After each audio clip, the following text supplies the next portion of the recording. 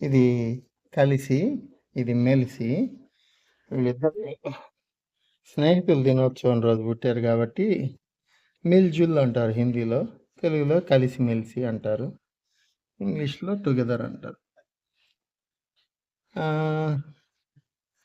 ఇది మెలిసి వాళ్ళ అమ్మ నిద్ర, ఇది కలిసి వాళ్ళ అమ్మ నియో. ఇది సో వీళ్ళిద్దరూ పుట్టడమే కాదు ఒకే రోజు ఒకే అమ్మ దగ్గర కూడా పాలు తాగుతారు. ఇద్దరు అమ్మల దగ్గర ఇద్దరు తాగుతారు అనమాట.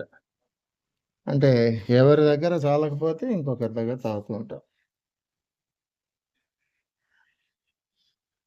బాగా అండర్స్టాండింగ్తో పుట్టడము కలిసి పుట్టారు విడివిడి అమ్మలకైనా, కానీ భగవంతుడు కలిసి ఆనందంగా పంచుకోండి అని అమ్మ పాలతో సహా. ఇదే విధంగా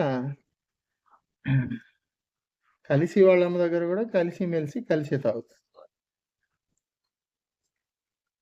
వాళ్ళ అమ్మలు కూడా ఏమనరు, హాయిగా నెమరేసుకుంటూ నింపాదిగా, ఏ పిల్ల అయితే ఏముందిలే పిల్లలే కదా అన్నట్టు.